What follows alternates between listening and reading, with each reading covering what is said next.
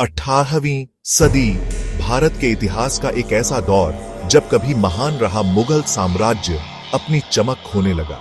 सत्ता की पकड़ ढीली हुई, महलों में साजिशें बढ़ीं और पूरे उपमहाद्वीप में नए नए स्वतंत्र राज्य उभरने लगे। आज हम जानेंगे लेट मुगल का दौर, उनके पतन के कारण और नए राज्यों के उदय की कहानी। 1707 औरंगजेब का निधन। औरंगजेब के बाद मुगल सिंहासन पर आए बहादुर शाह प्रथम।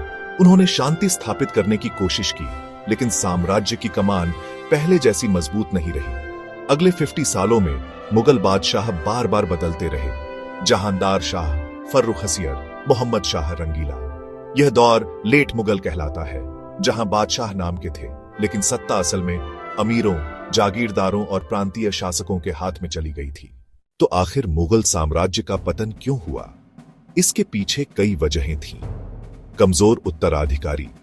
औरंगजेब के बाद कोई भी बादशाह इतना सक्षम नहीं था कि इतने बड़े साम्राज्य को संभाल सके।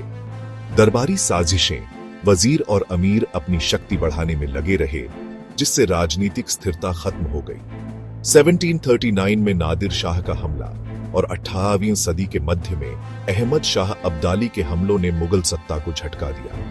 विदेशी आक्रमणों ने साम्राज्य की जड़ें हिला दी। मुगल सत्ता के कमजोर होते ही पूरे भारत में कई शक्तिशाली स्वतंत्र राज्य उभरने लगे। अवध, सादत अली खान और उनके उत्तराधिकारी, जिन्होंने लखनऊ को नई सांस्कृतिक राजधानी बना दिया। हैदराबाद, निजाम उल मुल्क आसफ जाह ने दक्षिण में अपना साम्राज्य स्थापित किया। मराठा साम्राज्य पेशवाओं के नेतृत्व में पूरे उत्तर भारत तक प्रभाव फैलाया। सिख मिसलें, पंजाब में सिखों ने अपनी स्वतंत्र सत्ता की नींव रखी। 18वीं सदी का भारत सत्ता के बिखराव, युद्धों और नए राज्यों के उदय का गवाह बना।